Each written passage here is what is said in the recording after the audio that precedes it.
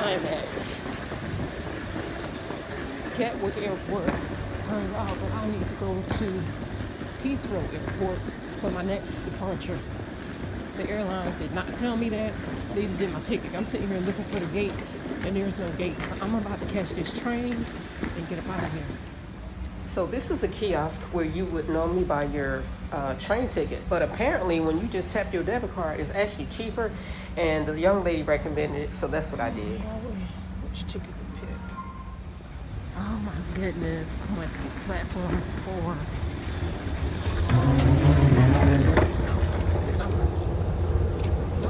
my goodness. So I'm good like I'm leaving the airport anyway. Looks like I'm leaving the airport. Not by choice. Oh, I got a story to tell y'all. I'm waiting on my train, you guys. Let me put my... So you guys, I paid for my train ticket. I took my debit card and there was like a podium and it had the word tap on it. Literally, I tapped my debit card and the gate opened and like it turned green, you know, that I was able to pass through. You guys, I cannot tell you. I had a 6-hour flight to London. Mind you, I got another 8-hour flight that's coming up. I did not know I had to leave this airport to go to another airport. So when you go to London, you need an ETA, an electronic transfer arrival, ETA. Yeah, I didn't know I needed this. I booked my flight through British Airways. This was my very first time flying with them. I didn't want to fly United. I don't know. I don't know. I don't know.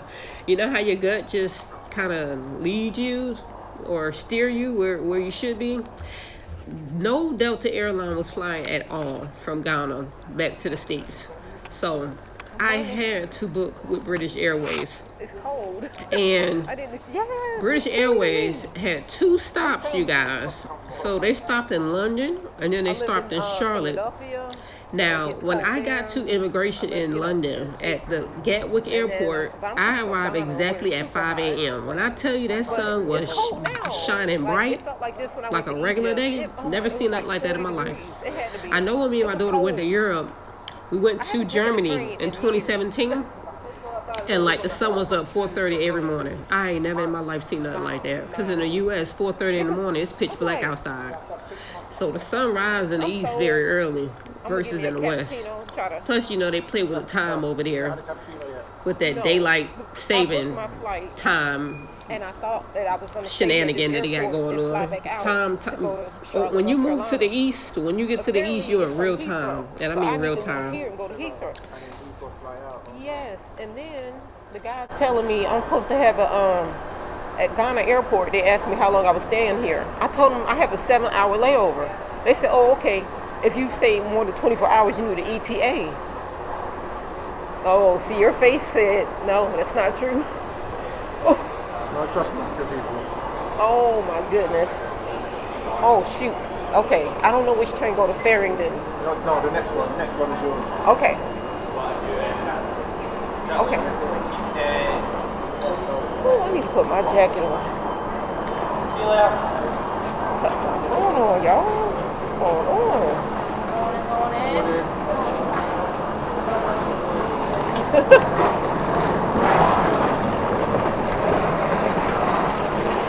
You ain't destroyed it.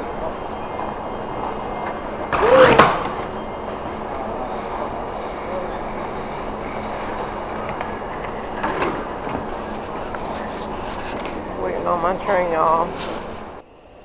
All right, you guys. So my train finally arrived. Now, prior to me boarding this train, I did get instructions from a crew member at the airport as far as which trains I needed to take and how many trains I would have to take.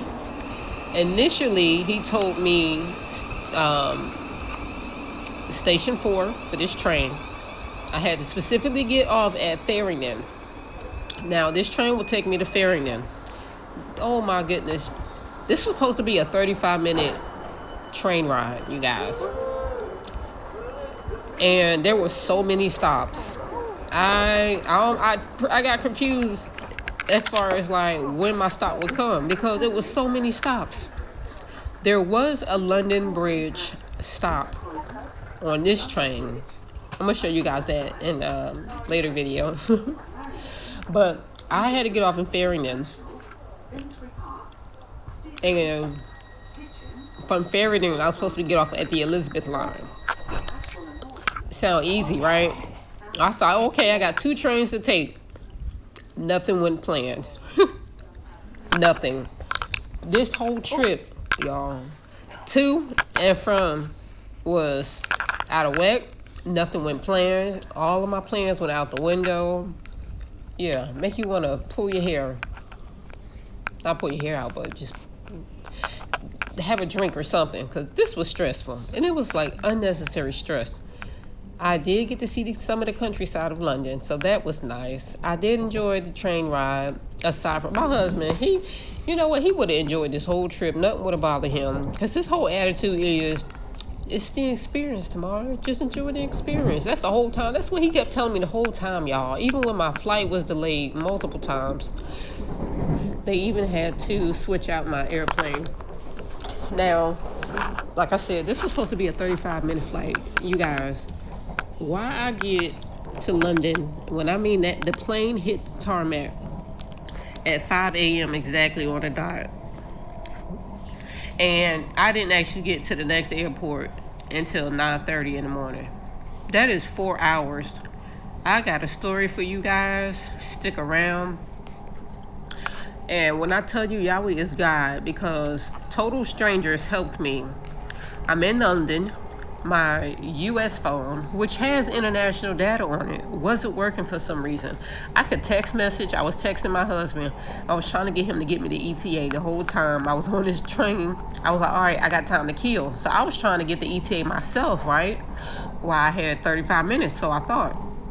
So I'm up here trying to go to the website. My internet not working. Now my Ghana phone, I turned my Ghana phone on. That turned on with no issues, and it connected to Vodafone UK.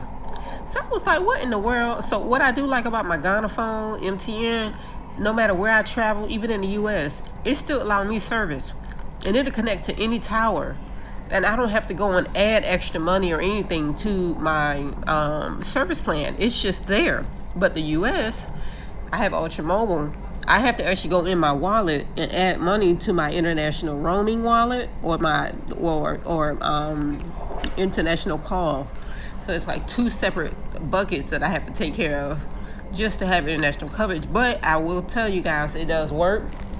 That's one thing I did. I made sure before we start traveling abroad, I made sure I looked for a cell phone company that would keep my U.S. phone without deleting it. Because most of those companies, if you out of the country 6 months to a year or even longer, they like to terminate your cell phone service. Well, my T-Mobile doesn't do that. Hallelujah, Yahweh. Now, I'm grateful because Yahweh placed, there's so many good people all around the world. London, Germany, France, the United States, South Africa. Well, I'll just say the continent of Africa. There's too many countries to be going through, but I'm grateful for all the good people in the world because total strangers helped me get from point A to point B.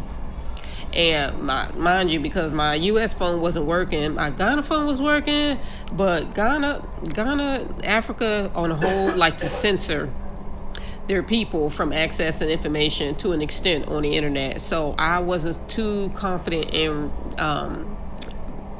being able to rely on the internet service and trying to look up stuff. But my US phone, US don't have limits like that. I'm sure they have limits, you know what I mean? But you can research stuff and look up stuff versus Ghana. I can't even go to US Patriot website in Ghana. I'm like, what's wrong with looking at survival supplies and survival food? They won't even let you look at a website like that, but the US would. That's the point I'm trying to make. Anywho, please like, share, and subscribe to the channel. Come back, okay? Because I got a story time for you guys. It's a trip. Traveling overseas is fun. It is an adventure. I'll tell you that. It is an adventure, especially if you're doing it with your loved ones. Please like, share, and subscribe to the channel. Until next time, shalom. I gotta go, you guys.